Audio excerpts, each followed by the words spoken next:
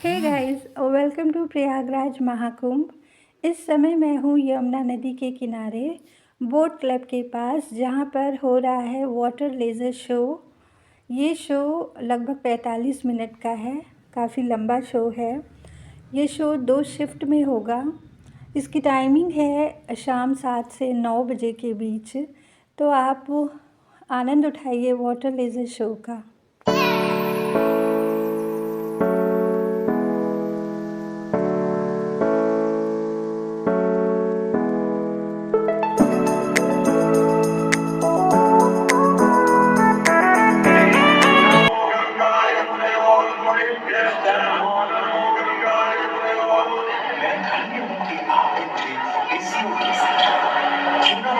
स्वयं सभी पवित्र स्थानों का मूल्यांकन करें। ऐसा कीजिए, तुला की एक पलड़े पर सप्तभुज रखिए और दूसरे पलड़े पर भगवान विष्णु के स्थायी निवास प्रयाग रखिए, जिसका भार सबसे अधिक आए। मेरे विचार में वही सर्वश्रेष्ठ तीर्थ होगा। इस मूल्यांकन के परिणाम स्वरूप प्रयाग का पल्ला ही भारी रहा। इस तरह प्रयाग की प्रधानता सिद्ध हुई और तभी से इसे तीर्थों का राजा कहा जाने लगा। आज भी ऐसी मान्यता है कि भगवान ब्रह्मा ने गंगा नदी के पश्चिमी तट पर 10 अश्वमेध यज्ञ संपन्न किए थे। आज उस स्थान को हम दशाश्वमेध घाट के नाम से जानते हैं। भगवान ब्रह्मा के अलावा इंद्रदेव, वरुण देव एवं सोमदेव ने भी प्रयाग क्षेत्र में ही भगवान विष्णु की आराधना करने हेतु यज्ञ किए थे, जिससे उन्हें भी श्री हरि का आशीर्वाद प्राप्त हुआ। प्रयाग शब्द में ब्रह्म का अर्थ है प्रकृष्ट और याग का अर्थ होता है यज्ञ। इसीलिए इन 2 शब्दों से बना प्रयाग सबसे पवित्र स्थान माना जाता है। प्रयाग ही संसार में एकमात्र ऐसा पावन क्षेत्र है जहाँ 3 पवित्र नदियों का संगम होता है। इस संगम का भी एक अनूठा महत्व है।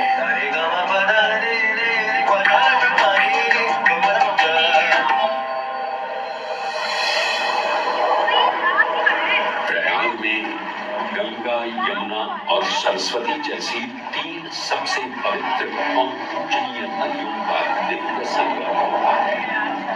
इन नदियों के संगम में स्नान करने एवं संगम का जल ग्रहण करने से मनुष्य मुक्ति का अधिकारी बन जाता है और इसमें किंचित भी संदेह नहीं है। ब्रह्म पुराण में ब्रह्मा जी भी कहते हैं कि प्रयाग में सरस्वती जी अदृश्य रूप में आकर गंगा जी से मिलती हैं। इसलिए इस क्षेत्र को सरस्वती तीर्थ संगम भी कहा गया है। सरस्वती नदी के अदृश्य रूप से मिलने के पीछे भी एक पौराणिक कथा सुनने को मिलती है।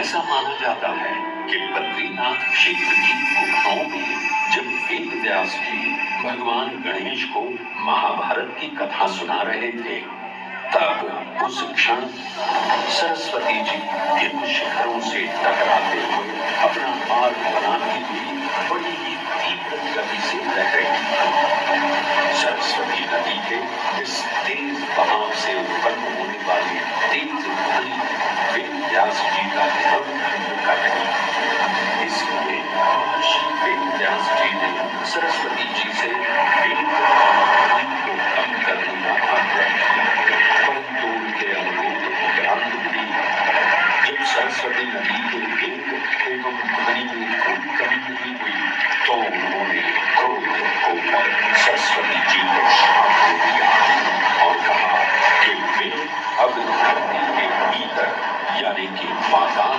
लोक में प्रवाहित होंगी। तब से ये माना जाता है कि हिम शिखरों से उद्गमित हुई सरस्वती नदी उत्तराखंड के माना गांव से आगे अपने अदृश्य रूप में प्रवाहित होती है।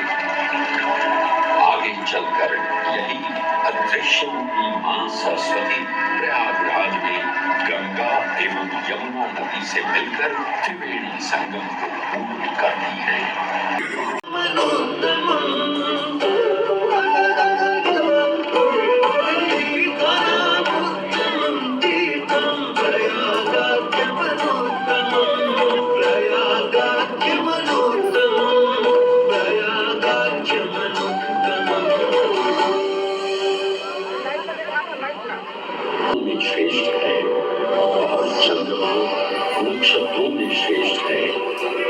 उसी प्रकार प्रयाग सभी तीर्थों में सर्वश्रेष्ठ है। पद्मपुराण में वर्णित ये श्लोक जिस तरह प्रयाग की विशेषता को दर्शाता है, उसी तरह इस पावन क्षेत्र हेतु इस सृष्टि में एक ऐसा स्थान ढूंढ रहा हूँ जो दिव्यता और पवित्रता की दृष्टि से सर्वोत्तम हो। क्या आप मुझे ऐसा कोई उपयुक्त स्थान बता सकते हैं जो सभी तीर्थों में सर्वश्रेष्ठ हो? जगत रचयिता को मेरा प्रणाम। मैं धन्य हूँ कि आपने मुझे इस योग्य समझा। क्यों ना आप स्वयं ही सभी पवित्र स्थानों का मूल्यांकन करें। ऐसा कीजिए, आप तुला की एक पलड़ी पर सप्तपुलियों को रखिए और दूसरी पलड़ी पर भगवान विष्णु के स्थायी निवास प्रयाग को रखिए, जिसका मान सबसे अधिक आए।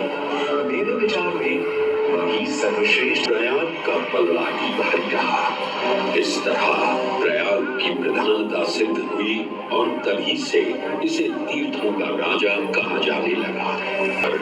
10 अश्वमेध यज्ञ संपन्न किए थे। आज उस स्थान को हम दशाश्वमेध घाट के नाम से जानते हैं।